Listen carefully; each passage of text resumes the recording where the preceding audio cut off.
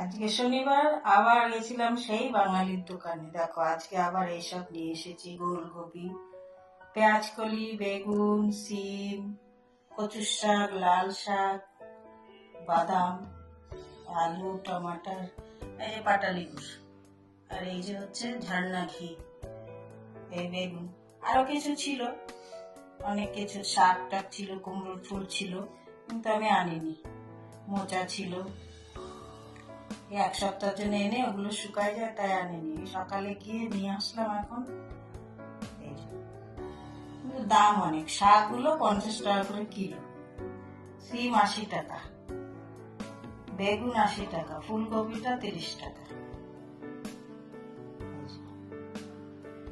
এর জন্য সকালে গিয়ে সে লাইন লাগাতে হয়, গিয়ে লাইনের ভয়তে অর্ধেক তরকারি নিয়ে চলে এসেছি। ব্যাস, দেখো।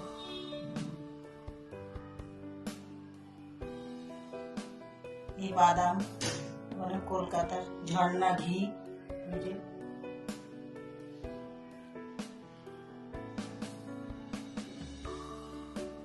নিয়ে এলাম। এখন গোছাবো, গুছিয়ে রেখে দিতে হবে।